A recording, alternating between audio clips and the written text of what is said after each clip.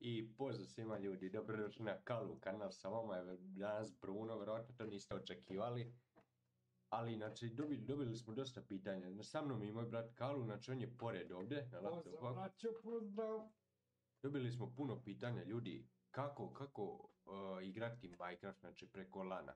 Kako da igramo zajedno. Mi imamo, znači, kompjuter i laptop. Tako da ovdje jedan, znači, hostuje, to jest napravi, ono krene i onda se drugi poveže. Ali jedna vrlo bitna stvar, evo sad ću vam pokazati. Evo, na primjer, create new world, napravit ćemo dobro survival, stavit ćemo evo hardcore, what the fuck, creative, ne, ovako, znači može creative.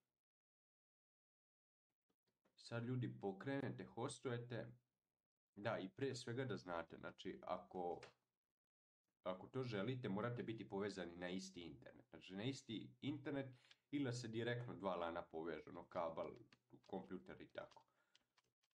Nego, da, znači kad uđete ovdje na svet, vidite, ušli smo, znači bože, sad idemo open LAN. I ovo možete da stavite, to se lako promeni, ono na T ukucate kosu crtu game mode, to možete promeniti. Ali kako se igra, znači uključite cheat, dobro, i idete start LAN world. Znači to, i vidite sad startujem, local game hosted on port, piše, znači on sad proba da uđe. Evo ga, join server. I idete ono multiplayer i join server, mislim, to nema što da vam pokazujemo, tako jer vjerojatno znaju, zar ne Kalu. Tako da, evo, inače, to je jedan od načina, da. Svi podržite ovaj video sa lajkom i ko je novi nek baci subscribe i neki komentar predložite ideju. Ako želite video dobijete pozdrav u nekih od sljedećih klipova. Da, inače za ovu ideju mi je dao, to je Luk je dao, Kalu je dao jedan dečko ideju, bit će ovdje ispod, znači veliki pozdrav za brata, ispod ćemo staviti što je napisao. Hvala brate na ideji, ono, evo ispunili smo te želju, snimili smo to za LAN. Ali uglavnom možeš ući, šta piše? Fail to connect the server, znači, aha. Ali ljudi moji, da bi, znači, to je nas zezalo u početku, kad smo tek skinuli, nismo znali. I, ljudi moji, i evo ga ljudi moji, znači, ako neće da uđe, a spojeni ste na istu internet konekciju, ili na isti LAN, da, ili na isti LAN, spojeni ste i neće da učitao, vi ste napravili server, openovali za LAN, a neće kod ovog drugog da uđe. Znači ljudi moji, idete ukucate ovdje dole, to bože znate, ono, ukucate Windows Firewall, izađe vam ovo, idete Windows Defender, ili kako god vama to bude, vi ćete to pronaći. I ljudi moji, mora biti isključen, znači uvijek mora biti isključen. Pogledajte, sad isključimo, idete OK da sačuvate, ali Windows Defender, nakon što završite Minecraft, idete surfujete internet, to uključite ljudi Windows Defender, zato što vas štiti.